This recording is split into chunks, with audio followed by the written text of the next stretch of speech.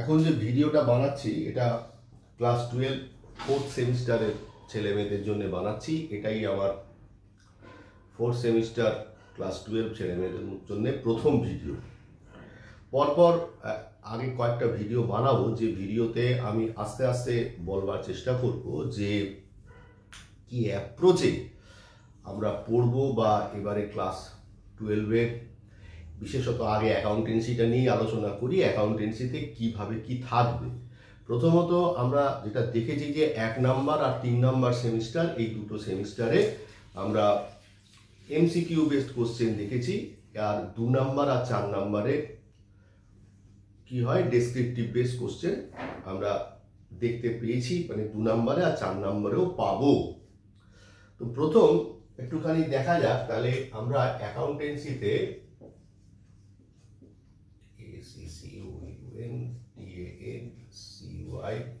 Accountancy class 12 এখানটাতে আমরা 4 নম্বর semester লিখলাম।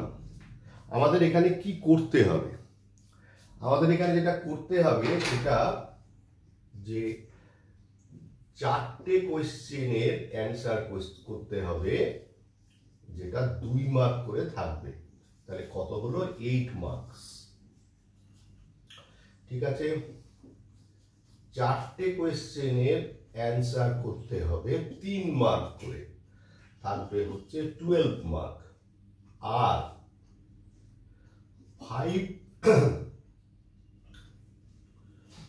4টে কোশ্চেনের অ্যান্সার করতে হবে 5 মার্কস, মানে 20। তাহলে মোট 40 মার্কের আমরা কোশ্চেন দেখতে পাবো। তো এর মধ্যে 2 নাম্বারকে এখানে বলা হচ্ছে ভেরি শর্ট টাইপ, এটাকে বলা হচ্ছে শর্ট টাইপ, আর এটা হচ্ছে ব্রড কোশ্চেন, মানে এসে টাইপ কোশ্চেন। এই হচ্ছে মোটামুটি ভাবে কোশ্চেনের প্যাটার্ন হবে। এবারে আসি যে আমরা এই সিলেবাসে কি পড়ব। এই সিলেবাসে আমরা থার্ড সেমিস্টারে পার্টনারশিপের ফান্ডামেন্টালটা পড়েছিলাম, মানে মূলত profit and loss appropriation, valuation of goodwill, এইটা পড়েছিলাম। এখানে কিন্তু পার্টনারশিপের দ্বিতীয় পার্টটা সবটা পড়তে হবে। সবটা পড়তে হবে মানে প্রথম যেটা পড়তে হবে 1 নাম্বার, প্রথম লিখলাম পার্টনারশিপ, সেখানে পড়ব হচ্ছে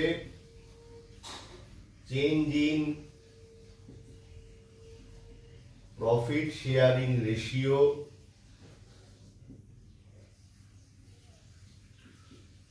2 নাম্বারে পড়ব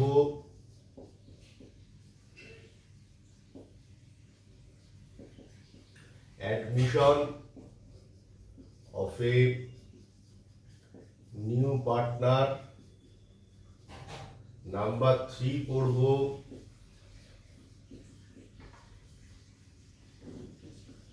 retirement of a partner, number 4 পড়ব death of a partner.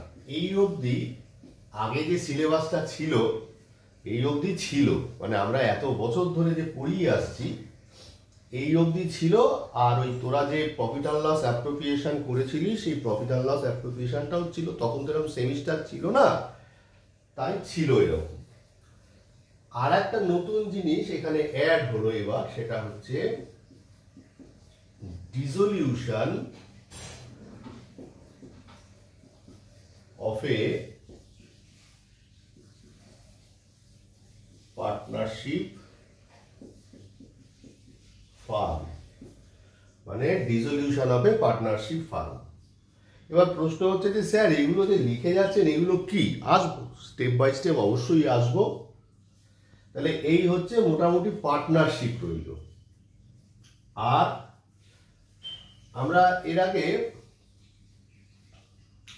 Issue of share পড়েছিলাম, মানে ইস্যু অফ শেয়ার মানে বিকম এই ক্লাস 12 থার্ড সেমিস্টারের শেয়ারটা পড়েছিলাম। এখানেও আমরা কি করব, এখানে আমরা ওই কোম্পানি অ্যাকাউন্টসে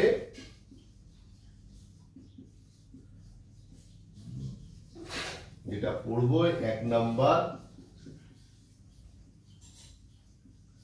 ইস্যু অফ শেয়ার আমরা কিন্তু পড়বো। ইস্যু অফ শেয়ার আমরা পড়বো মানে এখানে ইস্যু অফ শেয়ারের কিন্তু এবার অঙ্ক করতে হবে। ওখানে যে ছোট ছোট ছোট ছোট অঙ্ক যেগুলো ছিল সেগুলো ছাড়াও ছোট বড় বেশ কিছু অঙ্ক কিন্তু এখানে করতে হবে। 1 মিনিট।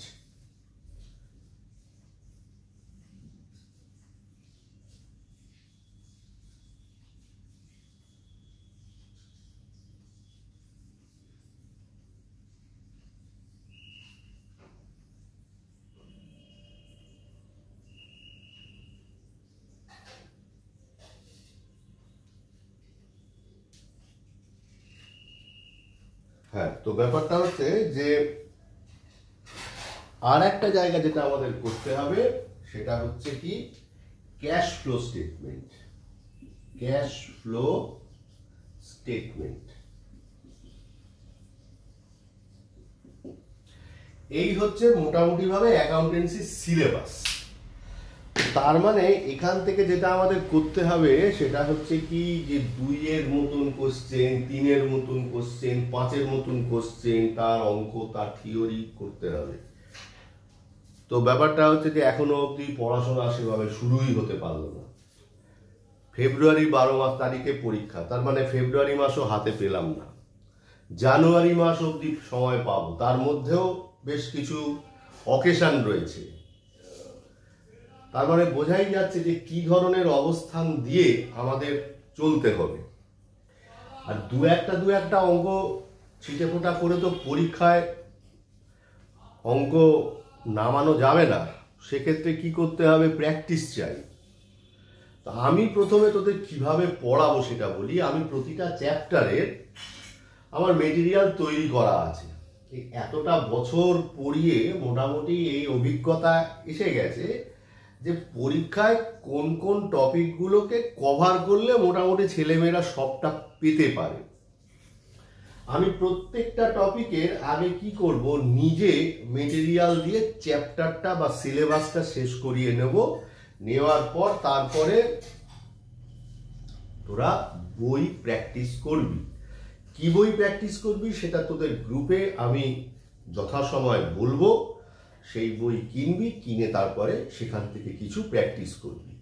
এই হচ্ছে প্রথম ভিডিও। আমরা এর পরবর্তী ভিডিওতে change in profit sharing ratio দিয়ে শুরু করব এবং সেখানে আমরা বেশ কিছু অঙ্ক করব। প্রশ্ন হচ্ছে অঙ্কগুলো স্যার কোথায় পাবো? অঙ্কগুলো আমি দেব, সেই অঙ্কগুলোই, সেখানে যথেষ্ট অঙ্ক আছে। মানে আমি যদি আর বইও না পড়াই তাহলেও সেই অঙ্কগুলো করলেও আমাদের হয়ে যাবে। কিন্তু আমরা সবসময় একটা বইকে ফলো করবার চেষ্টা করব। আপাতত এই ভিডিওটা এইটুকুই।